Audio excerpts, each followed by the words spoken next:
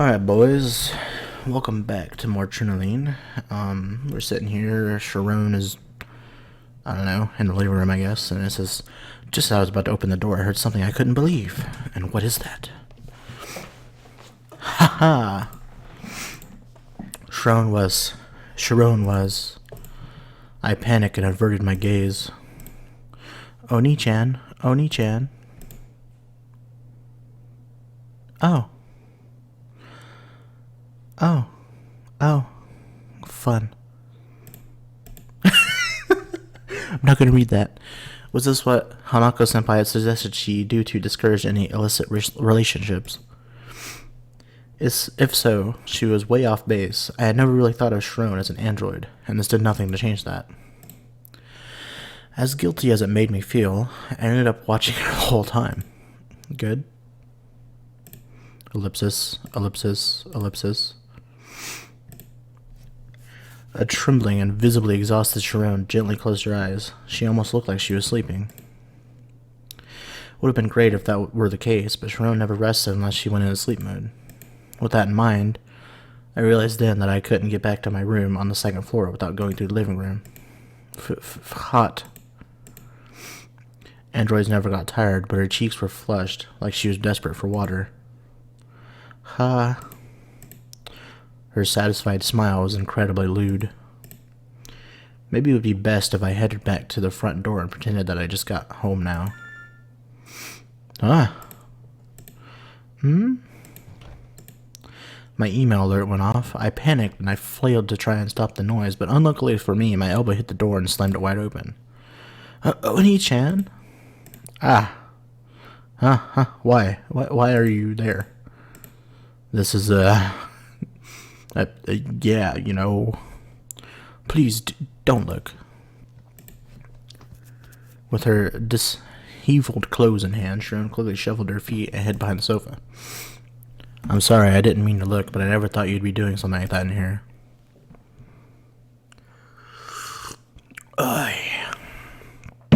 Coffee's awesome. Idiot. No. Hopeless. Oni-chan. No, This is hopeless. I cannot do this anymore. This is too much for me to deal with. Ah, so embarrassing. I am so embarrassed that you saw me, Oni-chan. I'll head up to my room right away. See you later. Yes? I'm sorry. Hanako-senpai had said we would be okay since she was my little sister. However, I didn't see Sharon as Sharon.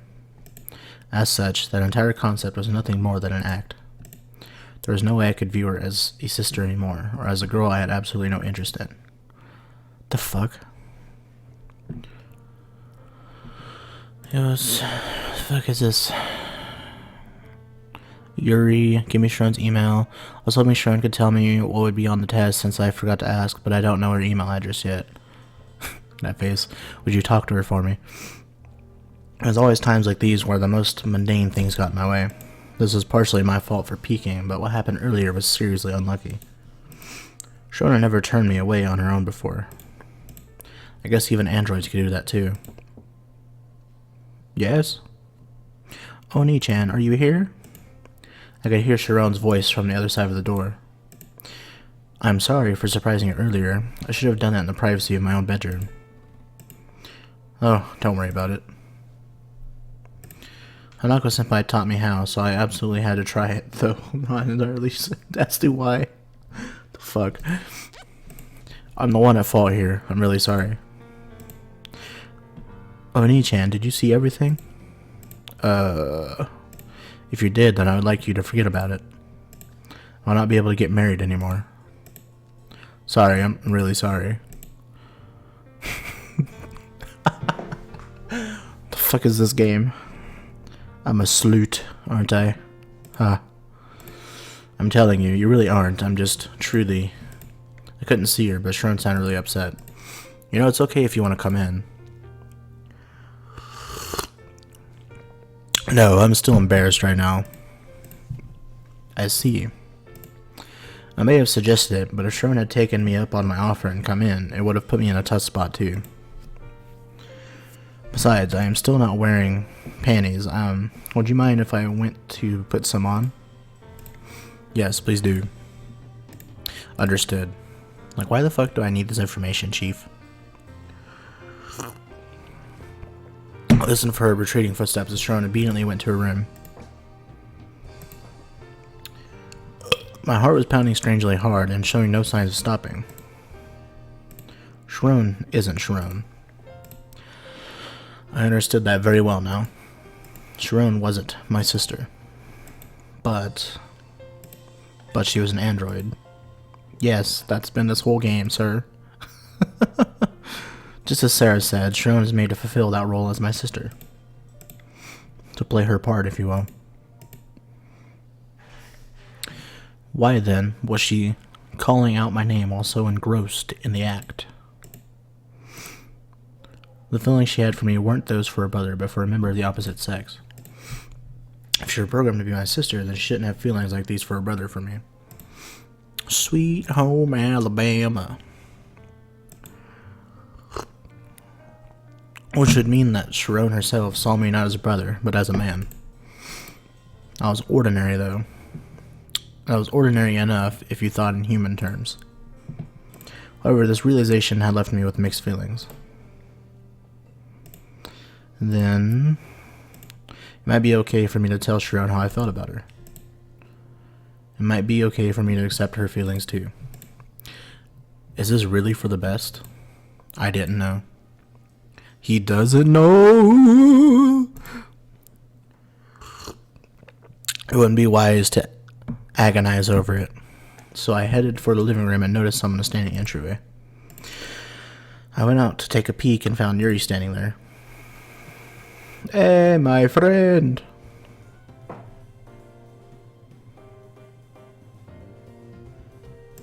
Yoo-hoo. Oh, thanks for that email earlier. Oh, never mind that. Why are you here, Yuri? Sharon let me in, obviously. Well, I looked all over. I assumed this place would be a dumpy, worn-down apartment. I heard this was your address, but I wasn't sure this was really the place, and kept checking your nameplate over and over again. I feel the exact same way. So if you came all the way out here, does that mean you needed something from Sharon? Oh yeah, as thanks for yesterday. Consider this thanks for bringing me those handouts before too. Take it with gratitude. Yuri held a bag filled with sweets out to me. Yuri-chan? Sharon, who had been preparing dinner, trotted back to the entryway. Wow, what are those? Cookies. I don't think they came out very well, though.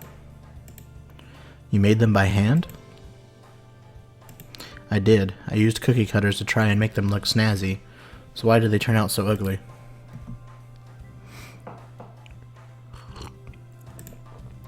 Oh, they taste perfectly fine, though.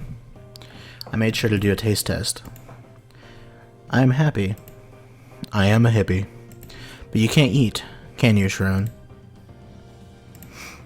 They're still fun to look at, though. Some of them are pretty irregular. Lots of unexpected shapes came out of it. I will look forward to it. It was hard to tell whether Yuri's comments were that of an optimist or a pessimist.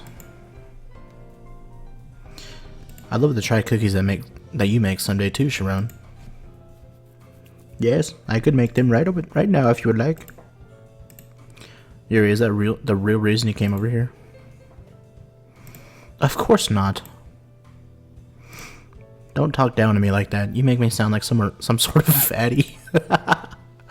Hey man, cookies are good. All right, I was just making dinner now. Please eat with us, Yuri-chan. Oh, sorry. I think my mom's already getting ours ready. Wait, that's what you say, given the current flow of conversation? Again, you guys are making me sound like a total fatty. Oh, I need to turn off the burner. Off you go. Sharon went puttering off back into the kitchen. It feels like I've stopped into the home of a couple of newlyweds. Newlyweds? I never visited a household like that, so I wasn't sure how accurate that was. Sarah bought this house, right? Oh, you know about that? It's practically a dream house. I've got no idea what you're trying to get at. The fuck? She's got you right where she wants you. And when the time's right, she'll destroy you. She'll shoot you in the face. Huh?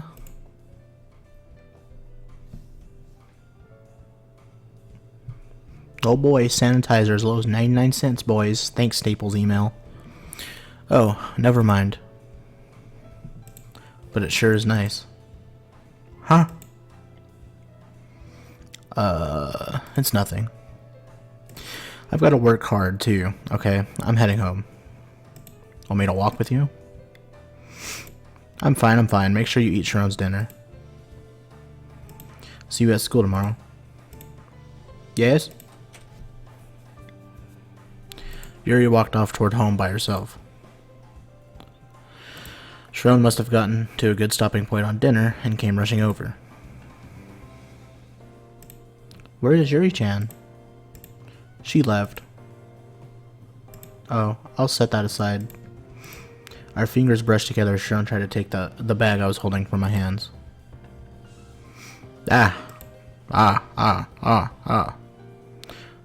Use your stick. Sharon instantly jerked her hand away. Sharon?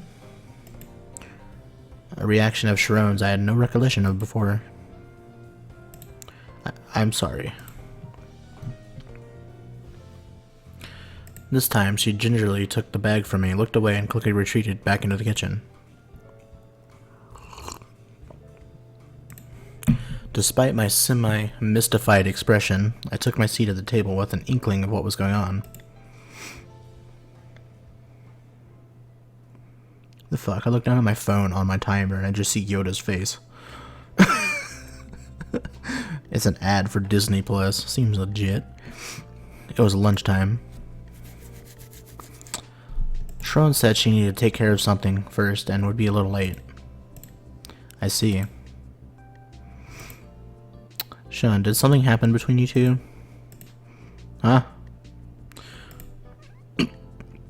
Ugh, Sharon's been acting kind of out of it lately.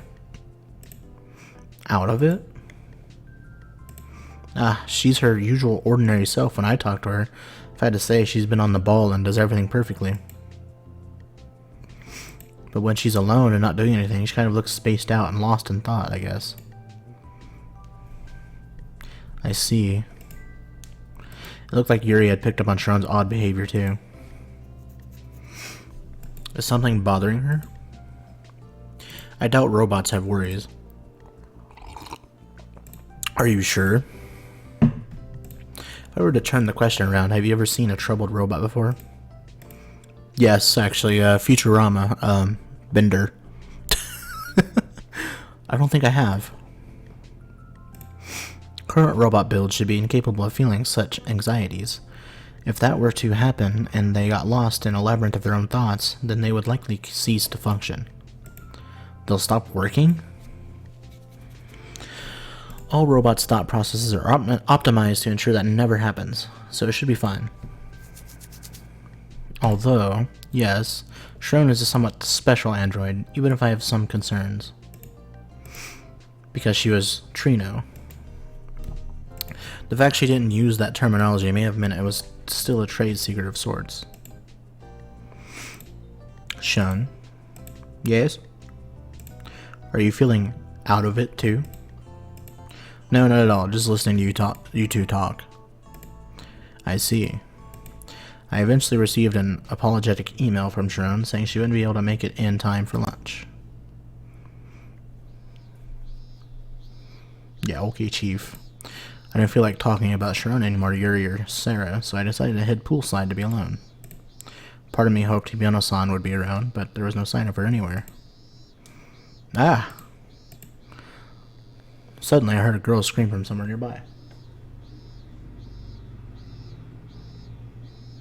Why do semis drive over here? I don't understand. Are you alright? Whoa! I ran toward the noise only to find a half-naked Hibino-san. What the fuck? Ha! Cicadas are scary. Or cicadas? What the fuck? It suddenly went chirp, chirp, chirp at me. Ha! That was seriously awful. It slipped down my back and everything. Just thinking about it gives me the creeps. Hibino-san whined with tears welling in her eyes. I wasn't sure where my eyes should go, so I kept them focused on the ground beneath my feet.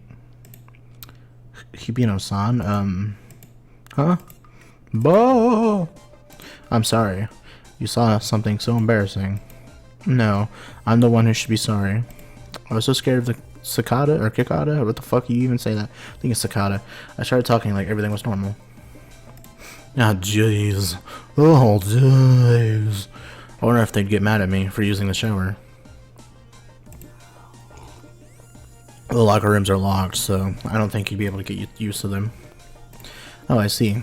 We were having a completely ordinary conversation, but Hibino-san still hadn't put any clothes, much less her top back on. It would probably be a wise idea for me to hightail out of here, especially if someone happened to walk by. So, did you see Nanami-kun? I didn't. Really? Really? Does that mean you actually could see something? Yes? Then what could you see?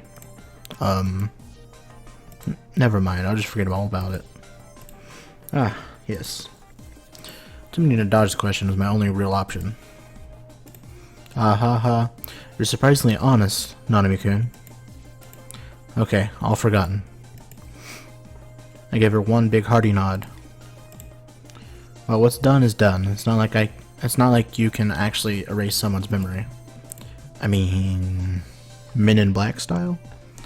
With the possible yet obvious exception of someone coming down with amnesia. Oh? Where did that come from? Come on. You're a funny guy, Nanami-kun. I tried to avoid the subject as hard as I could, but I couldn't get that astonishing sight from earlier out of my mind. Even though I told her I would forget it, that was seeming pretty difficult. White screen. Hey, are you alright? Look, it's a 12-year-old doctor again. After classes let out for the day, Dr. Minami suddenly appeared in front of me as I walked down the hallway. You've got this huge smirk on your face. It's scary how you make it sound like it's caused by some sort of mental illness, Dr. Minami. You know, everyone you meet in hospitals make the same expression. You aren't wrong about that. Well, I was just kidding, but you don't really see many people wandering around with goofy grins on their faces. True.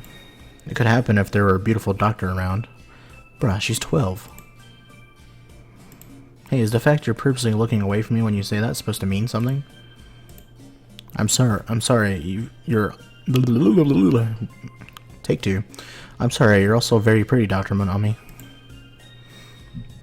Could you sound any more monotone? Oh well, maybe just need another 1,000 years in order to recognize my true beauty. How old was she exactly? 12.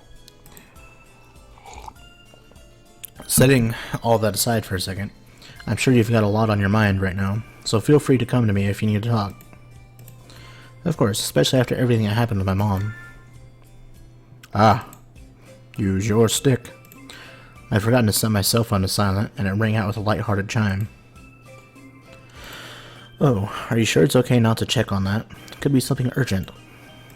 I'm not allowed to use my cell phone while on campus. Looking lame, dude. Use your phone. Stop being a bitch. Reading your email should be okay. It would be bad for you to keep a girl waiting. Sarah. Come to the birdcage alone. Excuse me? Took out my phone and saw I had gotten an email from Sarah. Whoa, breaking the rules while I'm standing right here in front of you. How ballsy of you, Nanami-kun. Huh? Sorry, I was just kidding. It does look like you have something to take care of though, so I'll let you go. See you. Yes, goodbye. I double-checked Sarah's email asking me to meet her. I replied saying I'd be right there, sent Sharon a quick message of my own, then headed for the birdcage. Hell yeah, dude. Sarah must have just gotten out of work. Her serious expression suggested she was still in work mode. Did something happen with Sharon? While her tone seemed stern, it had her usual softness to it, too. In fact, she didn't sound angry at all. Meaning it's essential data for the experiment? While that may be true, that's not what I meant. I'm worried about you. About me? Yes? Sarah had always been a Take two. Sarah had always been a kind person for as long as I could remember, but I never took her as someone who would ask me to meet her because she was worried. If that was all you needed, you could have just called or emailed me. Isn't the outcome of the experiment the only thing you care about? What's going on, Shun?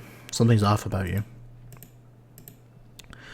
Was that because, as hard as I was trying to hide my true feelings, I subconsciously felt guilty about Sharon?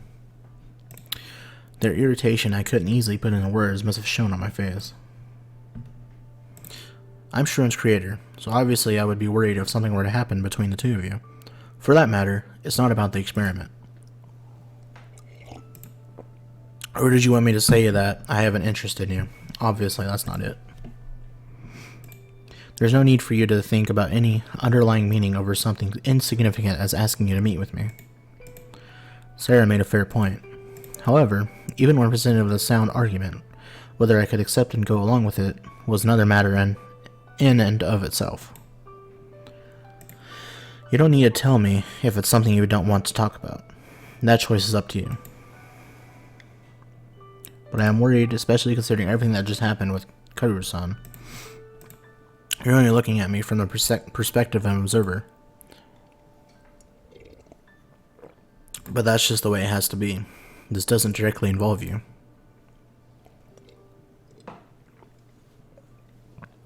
Shun? Oh wait, was I just ranting on about? What was I just ranting on about? Something about this not directly involving me. Sorry, I guess I said too much. She knows too much. Time to exterminate. It's fine, I'm used to people talking to me this way. Sarah remained calm and continued. That ordinarily wouldn't bother me, but for whatever reason, her attitude today was getting on my nerves. It wasn't that I disliked Sarah or anything, but still. The unforeseen can occur, whether you're human or android. You're already different from how you were in the past. You've changed. Even if you can't comprehend how I feel, there is very little I can do about it. I've changed? From my point of view, Sarah was the one who had left me in the dust. I felt the same way ever since that day. I didn't create Sharon because I loved the experiment. I created her in order to bring happiness to others. Sarah's eyes were filled with a powerful determination. I used to love those eyes of hers. They were so cool and something I admired. But lately, it looked like the only thing that they focused on were androids. Are you happy, Shun? I think I am. I'm something of a scientist myself. I see. I'm glad. I'm sorry for getting kinda grumpy. You've been through a lot, but I never knew the extent of it. I'm not worried about it, so neither should you. From the get-go, her voice had been devoid of emotion and seemed almost robotic to me. Sharon actually felt more human-like than Sarah did. That may have been what had bothered me so much. See you. Sarah dropped the subject and headed back inside without another word. She may have thought I was being emotional and childish. After what happened yesterday, I wasn't having much luck keeping my emotions in check. Sorry, Sarah. I hated that I couldn't just be honest with Sarah. It was already dark out by the time I got home. Ah, Oni-chan. Sorry I'm late. I finished everything I need to take care of, though. Did you meet with Sarah-chan? Yeah, I did. I see. I never expected Sharon to ask me, but there was no reason for me to lie about it either. Oni-chan? Am I not good enough? Huh? Sweet home Alabama. Am I incapable of helping you fix whatever it was you went to Sarah-chan about? It's not like I went to Sarah for anything especially important. Besides, you've been a huge help in other ways. Have I really?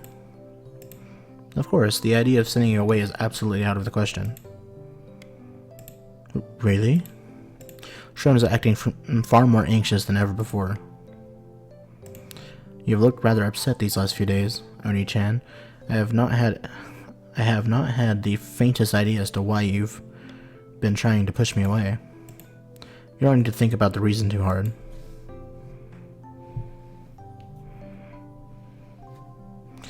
Why is that? Why? Do I really have to explain the reason?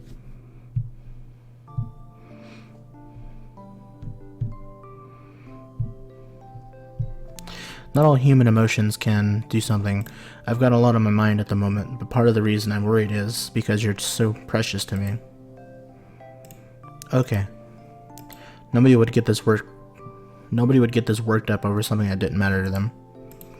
I guess it's something like that. I think I understand a little better now. Just as Sarah said, robots shouldn't be able to possess such anxieties.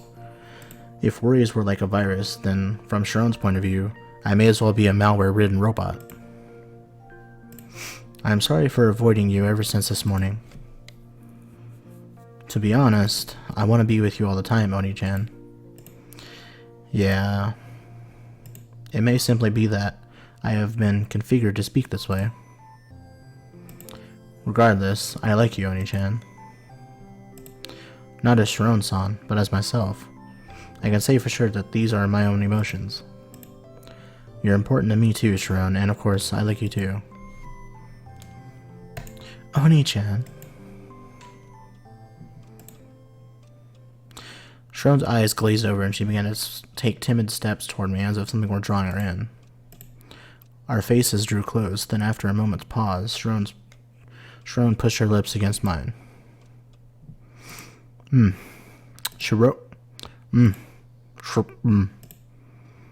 The fuck? Ah. I was left flabbergasted by our sudden exchange. Dude, that word is amazing. My fingertips trembled ever so slightly. I squeezed my hand into a tight fist to try and hide how shaken I was. I'm not sure why. It is hard for me to say why, but I wanted to see what kissing you was like, Oni-chan. Sweet home Alabama. Even though not really, technically, I guess. Who fucking knows? I'm sorry. Was it wrong for me to do something like that? You wanted to, right? Yes. That's normal, feeling that way about the person you love. I love you, Oni-chan. Love. Sharon repeated the words over and over like she couldn't fully comprehend it. My heart throbbed like crazy each time she said it, and I felt an incredible urge to hug her tightly. Sharon? This is wrong, isn't it? I am your little sister. I am sorry for saying something that will only cause you problems. Whispering that apology, Sharon headed back to her room alone. My complicated feelings for Sharon whirled around inside of me and were quickly reaching their breaking point. I couldn't hold myself back any longer.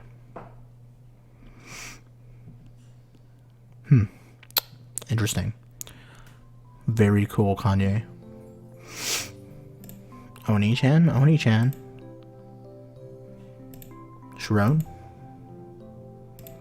I woke up and saw Sharon's face was very close to mine and went stiff. Ah! Sharon quickly put some distance between us. Sharon? Breakfast is ready. She pranced out of the room. Sharon was likely acting weird after what had happened last night.